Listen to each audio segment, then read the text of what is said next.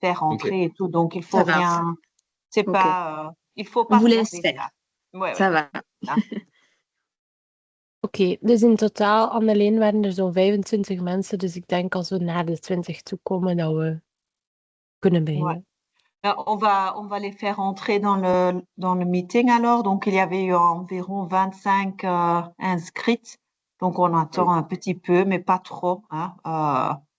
Pas trop tarder non plus. Hein. Donc, Et mocht ze binnenlaten, Eline. est-ce qu'on leur Mooi. dit de couper leur micro ou est-ce que Oui, c'est vous qui... oui. Oui. Je, Ok.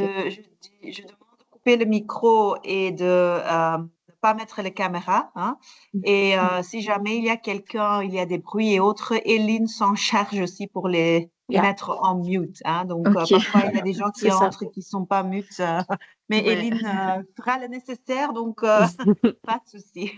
Ça va, merci. Voilà. Ok, très bien. Alors, je vais les entrer. Ouais.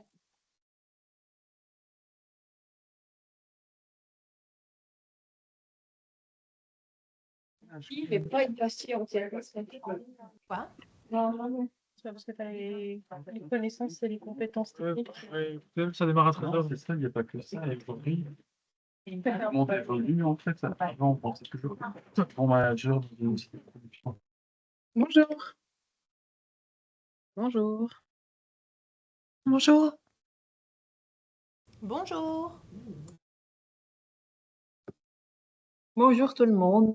On attend encore un tout petit peu avant de commencer le webinaire. Je vais regarder combien. Ah bon, on est déjà à 19 à 20 personnes, donc propose qu'on commence quand même.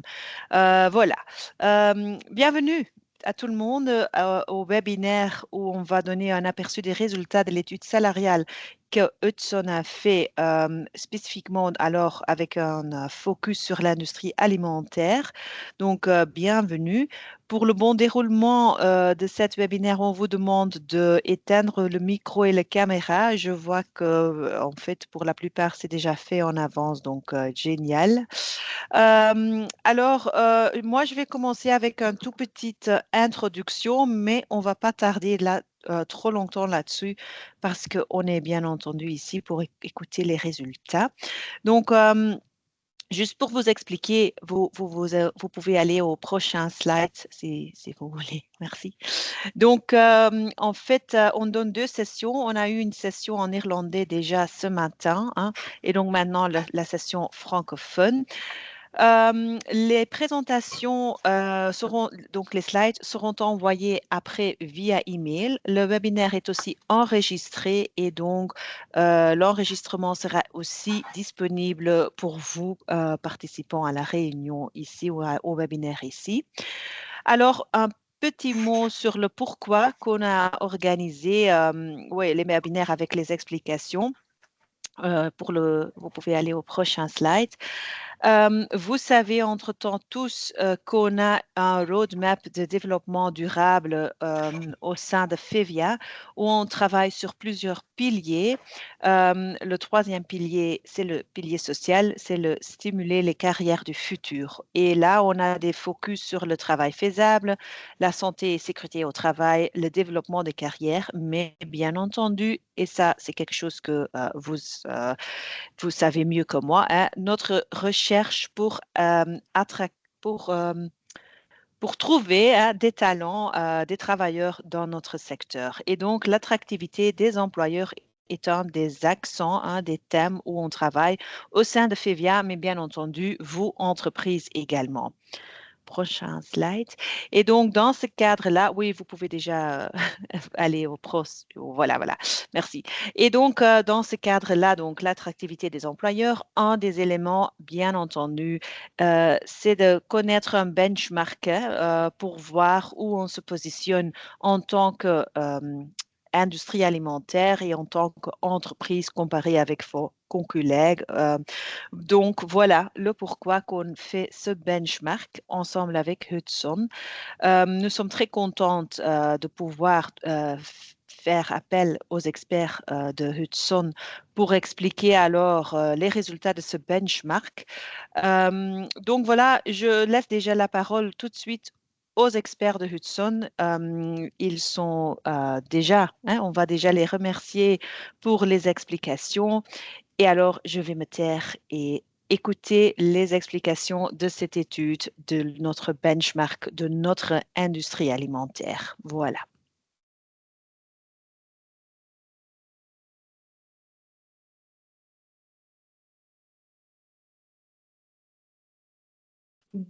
Oui, voilà. Excusez-moi, comme j'étais en mute, c'était compliqué. Hop, voilà, je retourne dans la présentation. Voilà. Bonjour à tous, je m'appelle Alice, je suis donc expert consultante dans notre équipe Reward de Hudson et je suis aujourd'hui accompagnée de mon collègue Sandro. Bonjour à tous. Et donc nous allons aujourd'hui vous présenter les résultats de l'enquête. Alors ici, vous avez un aperçu de l'agenda des différents sujets qui vont être abordés aujourd'hui. Nous allons en tout premier lieu aborder la politique salariale et quelles questions se poser pour créer une politique salariale, puisque ce sont des questions qui nous sont revenues plusieurs fois, donc on vous propose d'aborder le sujet aujourd'hui. En deuxième, nous allons aborder le scope de l'étude, donc c'est-à-dire combien d'organisations, combien de packages salariaux, etc. on a récolté. En troisième, nous allons aborder donc les tendances en matière de rémunération, donc ce qui concerne le salaire horaire, les primes, mais également la rémunération variable et les avantages extra-légaux. Nous allons aborder également la transparence des rémunérations, puisque d'ici 2026, il y aura une nouvelle directive européenne qui va obliger en fait les entreprises à faire des reportings sur les écarts salariaux des entreprises, des collaborateurs entre les hommes et les femmes. Et donc, nous allons aborder ce sujet. Nous allons également parler des prévisions budgétaires de 2025, puisque nous avons réalisé une étude auprès d'entreprises pour leur demander eh bien, quel budget ils prévoyaient d'allouer pour le salaire variable, le salaire de base et les promotions en 2025. Et après, nous allons vous expliquer qu'est-ce qui est à venir chez Hudson les prochains mois et une petite FAQ. Alors, comme je vous l'ai dit, le premier sujet, c'est donc la politique salariale. Alors, pour créer une politique salariale, eh bien, il y a différentes questions qu'il faut se poser, mais le point de départ vraiment initial de tout, c'est se poser la question de quelle est la stratégie de rémunération que je veux aborder. Et ça part en fait en premier lieu des principes directeurs, donc ce que vous voyez ici dans le centre du rond. Et les principes directeurs, ce sont vraiment les grands principes de manière générale que votre organisation va suivre. C'est-à-dire par exemple de s'aligner aux goals de développement durable ou des goals des Nations Unies, ou ça pourrait être, voilà, je décide d'être très compétitif par rapport aux autres, ou enfin voilà, c'est tous des principes comme ça que votre entreprise doit suivre et qui sont donc alignés à la mission et à la valeur de votre entreprise. Une fois que vous avez ces principes directeurs, eh bien, il y a tout un tas d'autres questions qui vont découler et qui vont chaque fois être liées à ces fameux principes. La première question, ce sont les critères, c'est-à-dire pourquoi est-ce qu'on veut rémunérer? Est-ce qu'on veut prendre en compte plutôt, par exemple, l'ancienneté ou plutôt le diplôme ou plutôt les performances? Donc, c'est vraiment voir qu'est-ce que moi, en tant qu'entreprise, eh bien, je veux récompenser. La deuxième question à se poser, c'est le positionnement. C'est-à-dire qu'une fois qu'on a les critères et qu'on sait qu'est-ce qu'on veut rémunérer, eh bien, c'est de voir à quelle hauteur. Donc, est-ce que je veux me comparer plutôt à la médiane du marché ou est-ce que pour une raison stratégique, je veux être un peu en dessous ou un peu au-dessus et voir à quel marché de référence, en fait, on veut se comparer. La troisième question concerne les instruments. Donc, une fois que vous avez vos critères, votre positionnement, eh bien, c'est de voir quels moyens est-ce que vous souhaitez utiliser pour rémunérer. Donc, quel type en fait de rémunération, puisque tout ne passe pas forcément par le salaire fixe. Ça peut être d'autres avantages, par exemple, donner davantage de jours de congé ou donner davantage de formation. Ça peut être donc des éléments financiers, mais également non financiers. Et la quatrième question, eh bien, ce sont les procédures. C'est-à-dire qu'une fois que vous avez établi tout ça, eh bien, il faut décider qui décide, qui prend les décisions. Est-ce que c'est plutôt les directeurs, HR ou le management de ligne, par exemple, si on veut octroyer une promotion à telle personne. Également, est-ce que c'est plutôt des enveloppes ouvertes ou des enveloppes fermées, ou alors on a un budget très défini dès le départ. Et également au niveau de la transparence. Est-ce que tout le monde connaît tous les principes ou est-ce que c'est plutôt une black box ou quelque chose de plutôt au milieu des deux où il y a certains principes qui sont communiqués mais pas l'ensemble? Et donc ici, sur le slide, eh bien, vous avez des exemples de critères que vous pouvez prendre en compte pour choisir de rémunérer. Comme je l'ai dit tout à l'heure, hein, ça peut être tout un tas de choses, comme par exemple l'ancienneté ou le diplôme, mais vous en voyez d'autres ici. Ça peut être également la valeur du marché, c'est-à-dire que pour telle fonction, je sais qu'elle est payée pareil sur le marché, eh bien moi, je veux m'aligner au marché. Ça peut être plutôt en fonction des classes de fonctions, donc c'est-à-dire que les fonctions faisant partie de la même classe eh bien, seront rémunérées de la même manière. Mais on peut également prendre en compte d'autres critères tels que tout ce qui est aptitude, compétences, potentiel. Ça peut être aussi eh bien, être aligné aux valeurs de l'entreprise. Et puis, bien sûr, on peut se tourner plutôt vers tout ce qui est performance, si on va vers les prestations et l'engagement, donc c'est-à-dire l'atteinte de résultats, mais également les efforts qui sont fournis pour atteindre ces résultats. Et la polyvalence que vous voyez ici, eh bien, c'est si vous décidez de rémunérer vos employés qui sont très polyvalents, c'est-à-dire que vous pouvez les déplacer facilement puisqu'ils ont tout un tas d'aptitudes qui leur permet de bouger de fonction, en fait, simplement. Et donc, une fois que vous avez ces critères, eh bien, comme je l'ai dit, ce sont les instruments qui vont venir ici. La question va se poser ici. Par quels moyens est-ce que je souhaite rémunérer mes collaborateurs? Ça peut être, comme je l'ai dit, en leur octroyant une rémunération fixe. Donc, plutôt, on met l'emphase ici sur le salaire de base, mais ça peut être d'autres choses également, telles que donner des formations professionnelles ou du coaching à vos collaborateurs ou d'autres avantages bien-être comme une aide, des programmes ou des aides psychologiques ou des abonnements de sport. Ça peut être également d'autres indemnités qui s'ajoutent au salaire, telles que des éco-chèques ou des chèques repas, chèques culture ou tout autre type d'indemnité. Ça peut également être dans des bonnes offres en termes d'assurance, d'avoir un bon équilibre vie professionnelle et vie privée, donc c'est-à-dire d'avoir par exemple des horaires flexibles ou des services de gardiennage dans votre entreprise par exemple. Ça peut être également d'avoir un bon environnement de travail, hein, d'avoir quelque chose de confortable, d'avoir aussi une bonne reconnaissance, hein, de pouvoir célébrer aussi les succès de vos collaborateurs. Et en dernier, ici, nous avons les jours de congé, donc octroyer davantage de congés. Alors les 3 que vous voyez en noir ici, eh bien, ils sont moins présents pour les populations ouvrières. Donc c'est-à-dire tout ce qui est mobilité alternative, voiture de société, rémunération variable, il y en a, mais c'est moins fréquent et c'est pour ça qu'ici, ils sont dans une différente couleur. Alors une fois que vous avez donc déterminé tout ce qui est critères, instruments, positionnement et la gouvernance, eh bien vous allez pouvoir créer donc vos fourchettes salariales. Pour créer des fourchettes salariales, eh bien il y a plusieurs choses qui sont également à prendre en compte.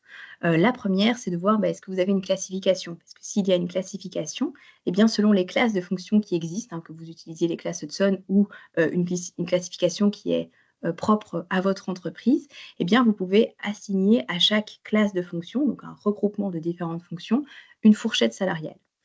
Et donc ici, vous voyez sur le slide un exemple de 3 fourchettes différentes, hein, puisqu'on a ici 3 blocs différents.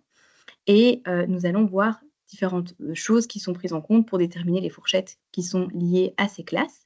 La première, c'est la largeur de la classe, donc c'est-à-dire les différents points qui sont entre le minimum et le maximum de la classe. Et donc, au plus large sont les classes, au plus de fonctions seront regroupées dans une classe et donc au plus de fonctions auront la même fourchette salariale. Donc là aussi, c'est une question à se poser. Est-ce que je veux qu'une large population ait la même fourchette ou est-ce que je préfère faire des fourchettes plus étroites pour pouvoir faire plus de différenciation dans mes collaborateurs? La deuxième question à se poser, c'est le positionnement sur le marché, puisque comme vous voyez ici, eh bien, on a en fait la barre du milieu. Je vais essayer de prendre la souris ici, ce sera plus simple. Voilà. Vous avez ici la barre du milieu qui représente en fait le midpoint de la fourchette salariale. Et généralement, lorsque l'on crée des fourchettes salariales, eh bien, on aligne ce midpoint au midpoint du marché de référence lorsque l'on fait un benchmark. Et donc, la question de se poser à quel positionnement par rapport au marché est-ce que je veux me mettre, eh bien, ça aura une incidence directe sur les fourchettes salariales que vous allez créer ensuite. Et puis la question aussi concerne la largeur des bandes, puisqu'ici vous avez donc le minimum de la bande qui va représenter un tel salaire, le midpoint et le maximum ici de la fourchette salariale.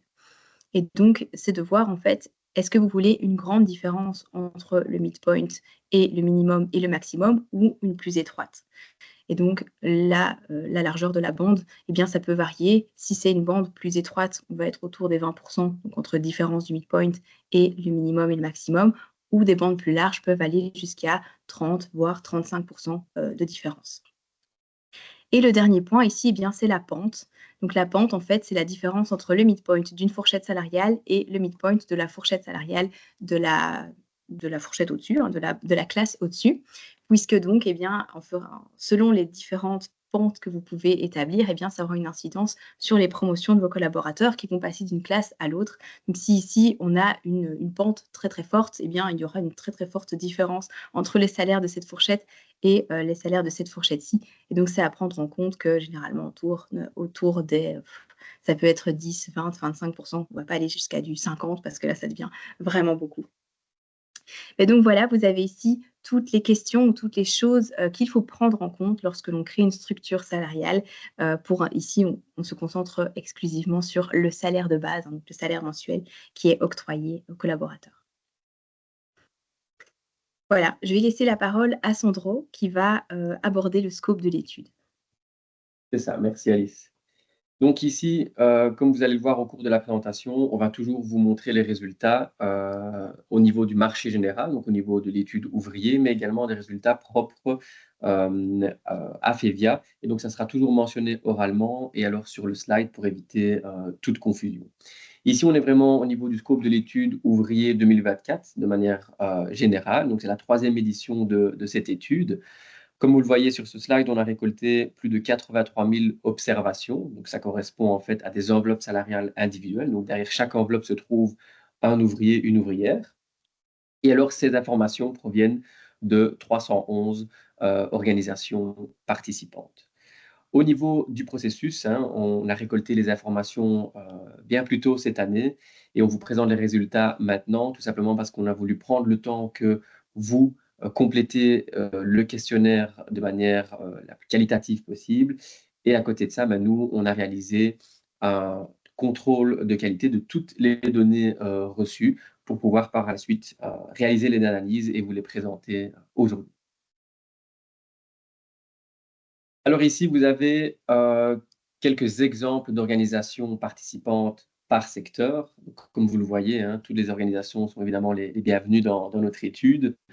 Les 3 organisations, les 3 secteurs qui sont le plus représentés dans notre étude, c'est premièrement FMCG, tout ce qui est métallurgie et matières premières, et enfin transport et logistique. Au niveau de la composition de l'échantillon, toujours au niveau de l'étude ouvrière de manière générale, on a ici la répartition de notre échantillon en termes de chiffre d'affaires, mais également au niveau des régions. Ici, on parle bien du nombre d'entreprises participantes, hein, pas en termes de nombre d'observations reçues. Et donc, au niveau du chiffre d'affaires, on voit qu'on a une assez belle répartition entre la taille des entreprises. Donc, on a des entreprises à plus de 250 millions à hauteur de 23%, entre 15 et 50 millions, 27%, et entre 50 et 125 millions à hauteur de 25%. Donc, on a une belle représentativité à ce niveau-là, mais également au niveau des régions, où au niveau de la Wallonie, par exemple, on a principalement des données qui proviennent du Hainaut et de Liège. Maintenant, au niveau de la composition de l'échantillon propre à FEVIA, on voit qu'on a reçu près de 11 000 observations, donc enveloppes salariales individuelles qui proviennent de 60 organisations différentes.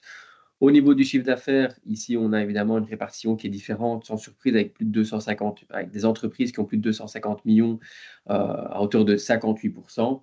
Et alors, au niveau des régions, on a encore une quand même belle représentativité entre la Flandre, Bruxelles et la Wallonie.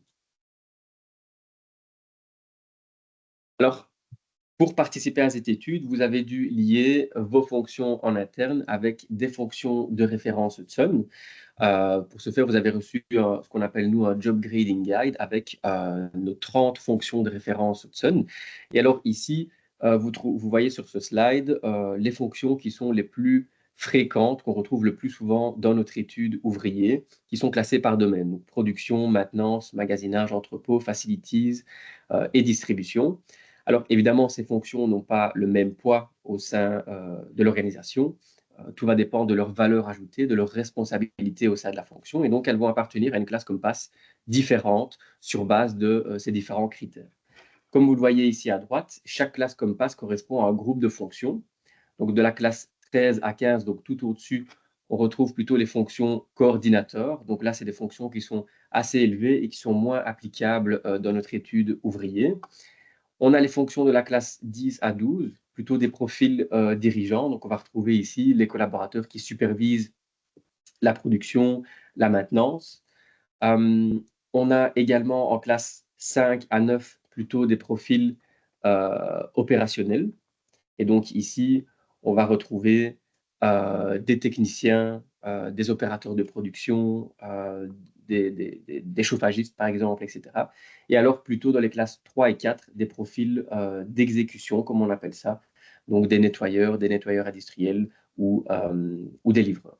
Et donc ici, on voit dans notre étude ouvrier qu'on a vraiment une concentration des observations entre les classes 5 à 12, donc plutôt des profils opérationnels et dirigeants. Et donc c'est principalement sur ces types de profils-ci que s'appliquent tous les résultats qu'on va vous présenter aujourd'hui. Et alors, nous avons également des nouvelles fonctions qui se sont ajoutées au catalogue de fonctions de référence. Donc, comme vous le voyez, au niveau de la production avec le programmeur CNC, et au niveau maintenance avec le technicien de maintenance, le frigoriste et le nettoyeur industriel. Voilà. Nous allons maintenant aborder les tendances et les analyses de notre étude. Alors, en tout premier lieu, un peu de théorie pour être sûr qu'on aborde les mêmes sujets. Alors, nous avons plusieurs niveaux, comme nous appelons ça, dans nos analyses de composantes salariales. Donc, vous avez le premier niveau ici qui reprend le salaire de base, dans lequel en fait on reprend le salaire horaire ou le salaire de base mensuel et on inclut ici le pécule de vacances et la prime de fin d'année. Le deuxième niveau que nous avons, c'est le target ou le total cash obtenu. Ici, on reprend le salaire de base, mais on rajoute les éléments variables, en fait. Donc, c'est-à-dire tout ce qui est bonus individuel, mais aussi bonus collectif, comme le bonus CCT90 et la prime bénéficiaire. Et qu'il soit à payer effectivement ou qu'il soit avec des objectifs, comme le bonus individuel, par exemple. Et puis, nous avons le total compensation obtenu, qui reprend donc le salaire de base. Ensuite, nous avons le target total cash, donc tout ce qui est variable. Et nous ajoutons ici les éléments extra-légaux, type voiture de société, chèque repas, frais forfaitaires, indemnité télétravail, rémunération journalière et budget, donc plan cafétéria, budget flex. Et nous avons également le total remuneration, dans lequel nous ajoutons en fait toutes les primes et autres avantages assurés. Alors, au niveau des éléments de salaire, ici pour le salaire horaire, eh bien, on a regardé le nombre de sociétés qui en fait octroyaient des repos compensatoires et si c'était des repos compensatoires octroyés, est-ce qu'ils étaient rémunérés ou non rémunérés. Et ici, donc pour FEVIA, nous avons 54% des organisations participantes qui ne proposent pas de repos compensatoires aux populations ouvrières. Et pour celles qui proposaient des repos compensatoires, eh bien, il y a 23%, comme vous le voyez ici, qui rémunèrent ces repos compensatoires et 24% qui ne rémunèrent pas ces jours de repos compensatoires. Mais alors, dans ces cas-là, le salaire horaire est un petit peu plus élevé que pour ceux qui rémunèrent les jours de repos. Alors ici, nous allons faire un zoom sur le salaire horaire. Donc, ici, la première slide concerne le marché général, donc notre étude ouvrier de manière plus globale. Et ici, vous voyez donc que 100%, ça représente la médiane de la Belgique. Et par région, on montre du coup où est-ce que le salaire horaire médian est situé, donc par rapport à la médiane de la Belgique. Donc ici, on voit qu'on a tout ce qui est Flandre orientale et Anvers qui se trouve au-dessus de la médiane de la Belgique, puisque nous sommes à 110 et à 105%. Alors Anvers, c'est parce qu'ils sont assez présents dans le secteur industriel, puisqu'il y a le port d'Anvers et il y a beaucoup d'entreprises automobiles qui sont présentes là-bas. Et puis donc on a le reste de la Belgique qui est relativement proche de la médiane, mais qui est un petit peu en dessous. Ici, ce que vous allez voir à droite, eh bien, c'est la répartition par secteur, toujours par rapport à la médiane belge. Et donc, on voit ici les 3 secteurs qui payent le plus, en tout cas qui payent au-dessus de la médiane belge. Donc, on a le secteur pharmaceutique, le secteur automobile et le secteur de la chimie. Et puis ici, nous avons les secteurs qui sont un peu plus bas par rapport à cette médiane. Et donc, on a le secteur ici FMCG, dans lequel se retrouvent les entreprises FEVIA qui sont en fait à moins 2% par rapport à la médiane belge. Donc, on est toujours relativement proche de la médiane. Alors ici, on regarde le salaire horaire pour FEVIA et on regarde deux choses. Donc le premier ici que vous avez à gauche, ce sont des résultats qui sont indépendants de l'âge et à droite, j'y reviendrai juste après, on a les résultats qui sont dépendants de l'âge. Pour les résultats indépendants de l'âge, nous avons fait une distinction entre les profils opérationnels et les profils dirigeants. Et vous voyez ici la médiane, eh bien, le salaire horaire médian pour les profils dirigeants est de 18,38 € pour les profils opérationnels, pardon, et pour les profils dirigeants, on est à 20,47 €. Nous avons également inclus sur le slide le percentile 25, donc c'est-à-dire qu'à ce positionnement-là, il y a 25% des organisations qui payent en dessous et 75 qui payent au-dessus. Et donc, c'est l'inverse pour le percentile 75. Et donc, pour le percentile 25, on est à 17,32 € pour les profils opérationnels et à 19,53 € pour les profils dirigeants. Et pour le percentile 75, donc au-dessus de la médiane, on est à 20 € pour les profils opérationnels et à 21 € pour les profils dirigeants. Alors, ce que vous voyez ici à droite, comme j'ai dit précédemment, ce sont les résultats dépendants de l'âge. Donc, chaque petit point que vous voyez ici sur le graphe, ça représente un package salarial, donc selon le salaire horaire et selon l'âge du collaborateur auquel appartient ce salaire. Et on a également toujours une différenciation entre les profils opérationnels et les profils dirigeants. Et la ligne, les lignes que vous voyez ici, eh bien, ça représente les médianes pour ces deux types de profils. Et ce qui est intéressant de voir ici, c'est que selon l'âge, donc même si l'âge avance, eh bien, la médiane reste très stable. Donc ici, on voit que l'âge n'a pas d'incidence, en tout cas sur l'augmentation salariale des profils qui sont présentés ici. Pourquoi? Parce qu'il y a souvent des primes d'ancienneté qui sont octroyées et qui donc ne sont pas reprises dans le salaire de base. Et donc, on voit ici que les profils dirigeants sont un peu au-dessus des profils opérationnels, ce qui est logique. Et tous les points bleus ici qui appartiennent aux profils opérationnels qui sont au-dessus des profils dirigeants, ce sont des profils opérationnels très experts ou qui ont en tout cas beaucoup d'expérience. Alors ici, on fait donc une différence par domaine fonctionnel, mais on vous présente toujours les résultats au niveau du salaire horaire. Et donc ici, on a toujours une différenciation de profils, mais ici, on a donc des profils opérationnels qui sont actifs dans le secteur de la maintenance, ici dans le secteur de la production et ici dans le secteur du magasinage. Et on a toujours ici la médiane qui est reprise avec le percentile 25 et les percentiles 75. Alors, au niveau de la médiane, on voit que les profils dans le secteur de la maintenance sont payés au-dessus des deux autres secteurs, puisqu'on est à 21 € contre 18 et 17 pour le secteur de production et du magasinage.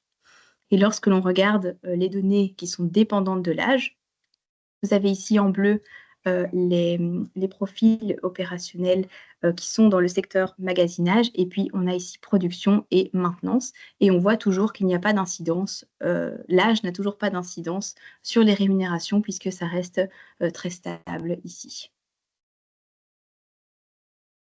Alors, le slide ici nous montre en fait des fonctions qui sont en fait parfois statut employé et parfois statut ouvrier et qui sont donc présentes dans nos deux études sur les ouvriers et sur les employés. Et ça concerne donc le technicien de maintenance et le field coach.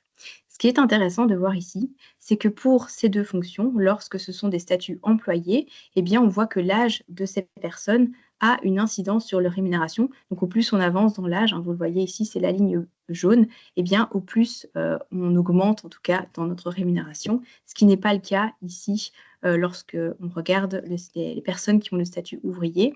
Et c'est la même constatation ici pour la fonction de field coach. De nouveau, ça rejoint le fait que souvent, il y a des primes d'ancienneté qui sont octroyées au statut ouvrier, ce qui n'est pas le cas pour les employés. Et donc, ça peut expliquer cette différence.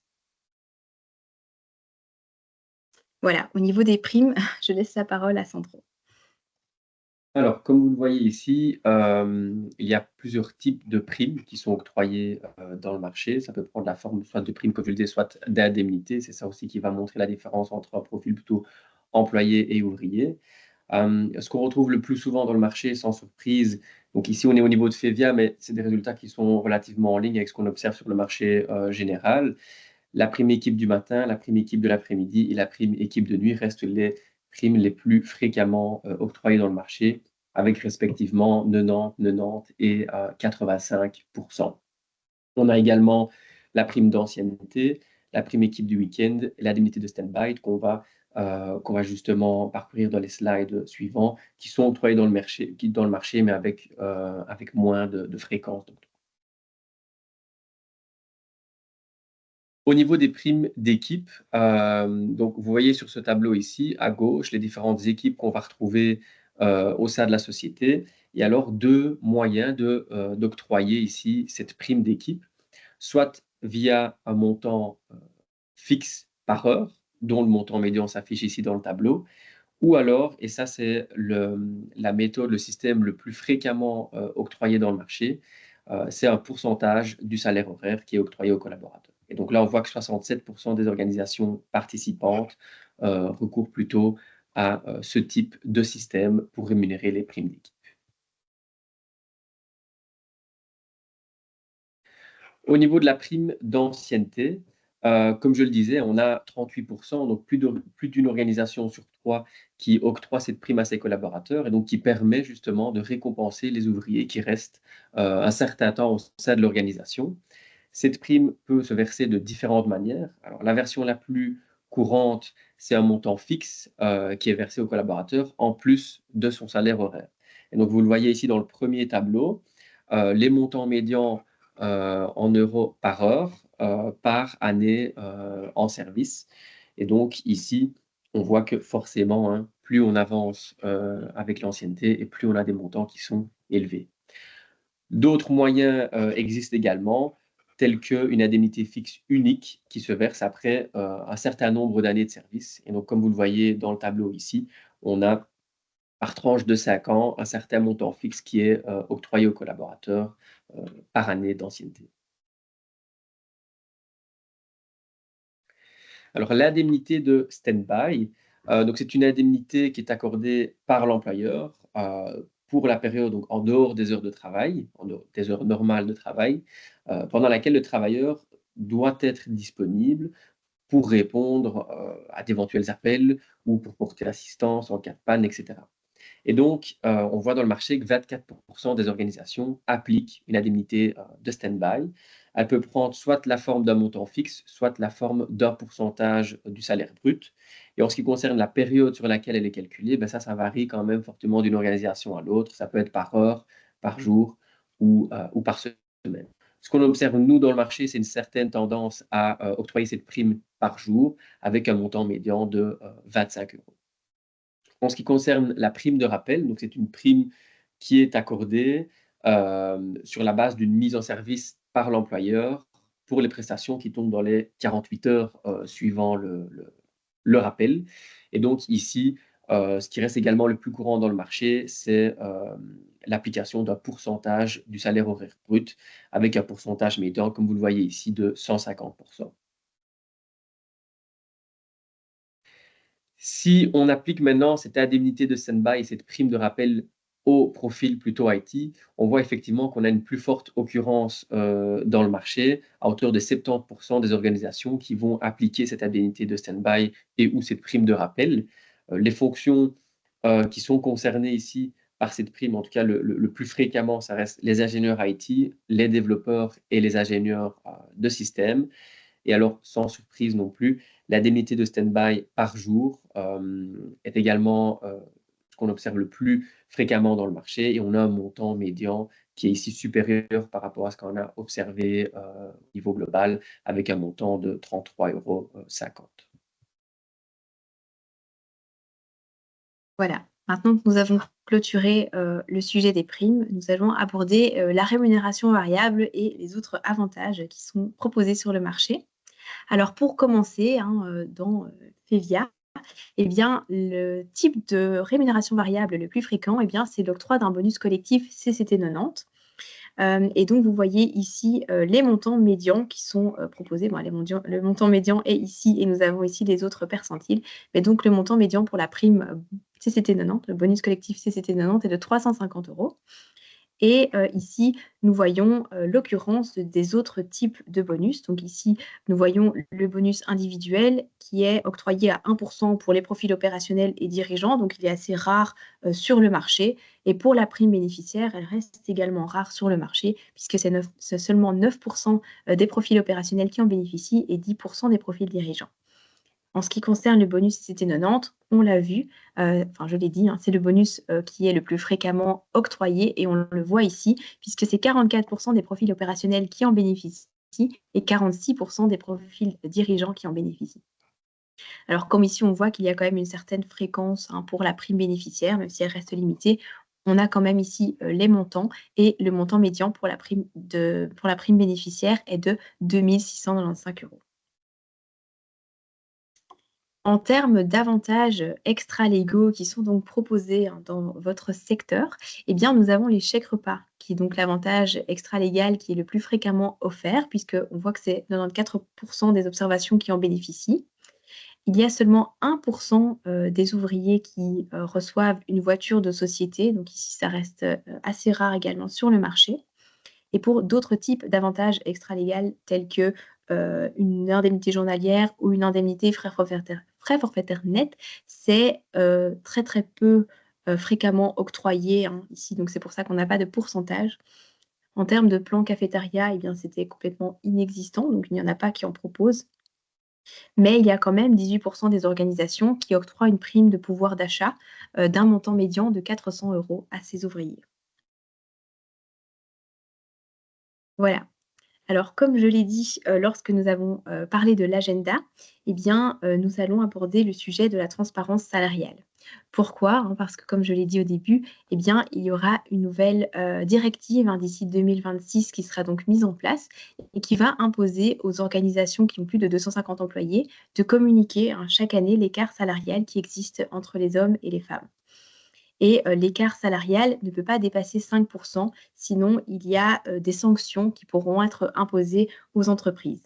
Et c'est pour ça qu'il est intéressant de voir, eh bien, est-ce qu'il existe ou pas un écart salarial dans votre organisation pour pouvoir le résorber à temps et donc éviter ces potentielles sanctions. Alors pour l'introduction de ce sujet, eh bien, c'est intéressant de voir l'égalité salariale qui existe parmi la population ouvrière de notre étude donc sur les ouvriers. Et donc ici, ça reprend bien le marché général et non uniquement Fevia. Mais ce qui est intéressant de voir, c'est que pour le ratio homme-femme, eh bien, il y a 68% d'hommes qui sont représentés de manière générale contre 32% de femmes. Donc, on voit qu'il y a beaucoup plus d'hommes que de femmes. Et pour l'âge moyen, eh bien, il est relativement égal entre les hommes et les femmes, puisqu'on a 44 ans pour les femmes et 43 ans pour les hommes. En termes de distribution hommes-femmes, eh bien, on voit qu'il y a davantage de femmes qui sont représentées dans les fonctions d'exécution. Donc, les classes les plus basses, comme Sandro l'a expliqué au début, contre 24% d'hommes. Et dans les profils opérationnels et dirigeants, eh bien, c'est beaucoup plus d'hommes qui sont ici présents. Et donc, lorsque l'on regarde pour l'ensemble de ces populations l'écart salarial, il n'est pas étonnant de voir qu'il est relativement élevé, puisque la plupart des femmes sont donc dans des classes qui sont plus basses. Et donc, nous avons un écart salarial ici de 11%. Vous voyez ici qu'il est mentionné l'écart salarial non ajusté. Alors cela signifie en fait qu'on regarde vraiment l'écart salarial entre hommes et femmes sans prendre en compte ici le type de fonction ou l'expérience ou l'âge des personnes. Et c'est sur ce slide suivant ici que nous allons aborder l'écart salarial ajusté. Voilà, alors comme vous le voyez ici, on regarde donc le type de profil, de nouveau dirigeants opérationnels et d'exécution, mais ici on va prendre en compte l'âge des personnes et l'expérience et à fonction donc similaire. Et on voit que pour les profils dirigeants, il y a un écart salarial en faveur des hommes de 3%. Pour les profils opérationnels, il est de 4% et pour les profils d'exécution, là, il est à 10%. Et 10%, on est donc au-delà des 5% qui sont dictés par la directive européenne. Et donc là, c'est pour ces entreprises qui connaissent un écart salarial que ça poserait problème pour le futur. Voilà, je laisse la parole à Sandro ici. Alors, chaque année, on demande à nos entreprises clientes quelles sont leurs prévisions concernant l'allocation de leur budget par rapport aux augmentations salariales, mais également par rapport à leurs promotions et aux rémunérations variables. Ce qu'on observe ici, dans le marché au niveau des augmentations salariales, c'est que 27% des organisations ne prévoient pas de budget et 29% des organisations prévoient un budget entre 0,01% et 1%. Au niveau des promotions, on a ici une majorité des organisations qui ne prévoient pas de budget, donc à hauteur de 61%, et alors 27% des organisations qui prévoient un budget entre 0,01% et 1%. Et enfin, au niveau de la rémunération variable, on a également une majorité des organisations qui ne prévoient pas de budget pour ce type de rémunération. Et donc, globalement, les résultats qu'on observe ici sont relativement en ligne avec ce qu'on a pu observer les années précédentes.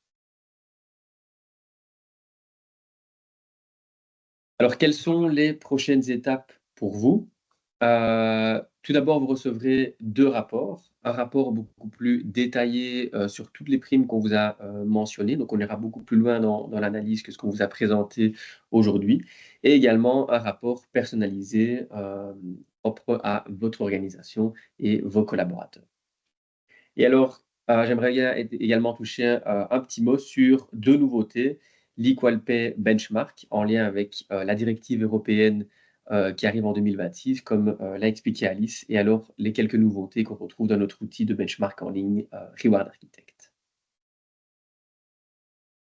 Donc, comme Alice l'a mentionné, en 2026, il y aura cette obligation de reporting par rapport à d'éventuels écarts salariales qu'il pourrait avoir entre des collaborateurs qui occupent une même catégorie de fonction et surtout entre les hommes et les femmes. Et donc, pour répondre ici à ce besoin et aux besoins de nos clients, ben, on a élaboré un nouveau type de benchmark qui est l'Equal Pay Benchmark, qui reprend une analyse entre les hommes et les femmes, mais également une analyse entre l'écart salarial non ajusté. Donc, comme l'a expliqué également Alice, c'est la différence de rémunération entre les hommes et les femmes, mais indépendamment de la classe de fonction ou de l'expérience. Et aussi et surtout l'écart salarial ajusté, où là, on va effectivement tenir compte de la classe de fonction et de l'expérience. Et c'est cet écart-là qui est concerné par la directive européenne. Et donc, il ne faut pas qu'il y ait un écart de plus de 5% qui ne puisse pas être justifié, sinon des mesures correctrices devront être prises, voire des sanctions si rien ne se fait. Au niveau de notre outil Reward Architect, un petit mot de l'outil pour ceux qui ne connaissent pas encore. Donc, c'est un outil de benchmark en ligne. Donc, vous pouvez acquérir ici une licence annuelle et vous pourrez accéder en fait à la base de données de votre choix. Donc, soit cette base de données ouvrier qu'on vous présente aujourd'hui, mais également toutes les autres bases de données pour les différentes enquêtes qu'on réalise. Et cet outil vous permet de réaliser des benchmarks en toute autonomie, des benchmarks par fonction, des benchmarks par classe Compass, donc les classes Hudson, ou alors sur base de vos classes en interne. Il vous permet également de réaliser des benchmarks sur base d'un marché de référence que vous définissez. Donc, vous pouvez filtrer au niveau des secteurs, au niveau du chiffre d'affaires, au niveau du nombre d'employés. Donc, vous avez vraiment cette liberté, cette autonomie et cette précision en faisant du sur-mesure pour chacun de vos benchmarks.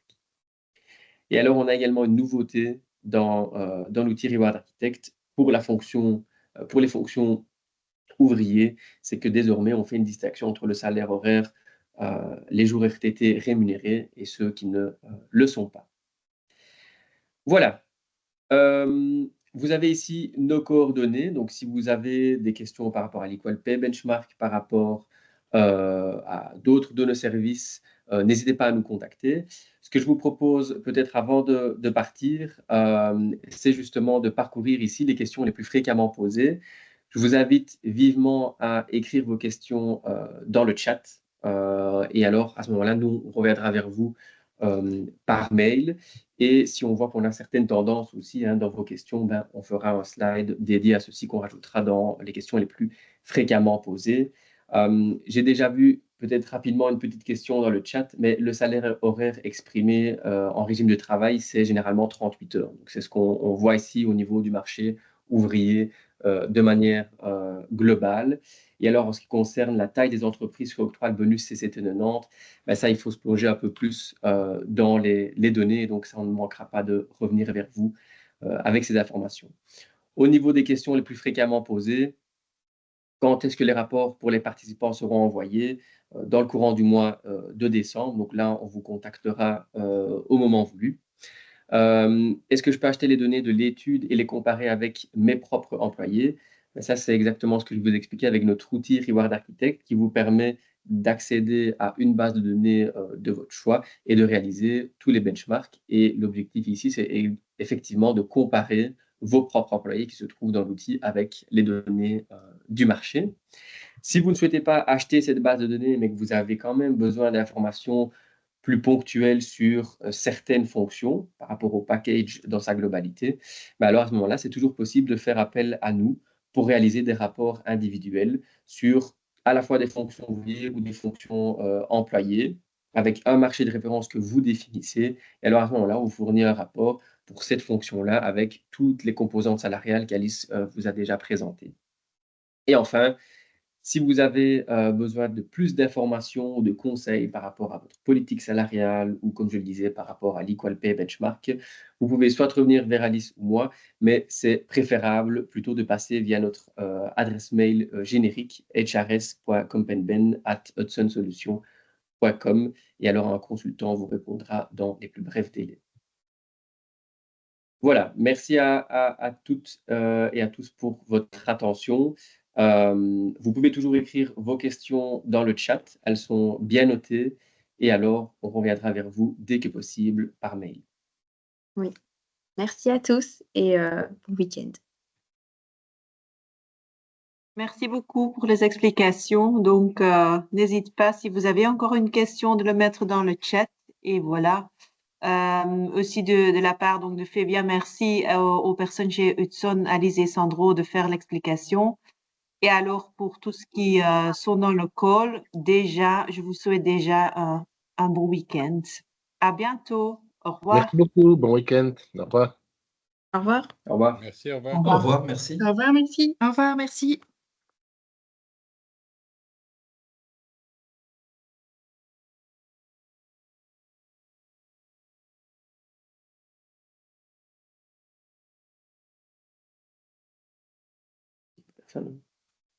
Voilà. Parfait. Merci beaucoup. Avec Il n'y avait plaisir. pas trop de questions, donc ça va. Merci. Ça va. Ben, merci donc pour l'explication. Et alors, à la prochaine fois. Hein. Donc, Oui, à la prochaine. au revoir. Merci, Merci, bonne bye bye. journée. Au revoir.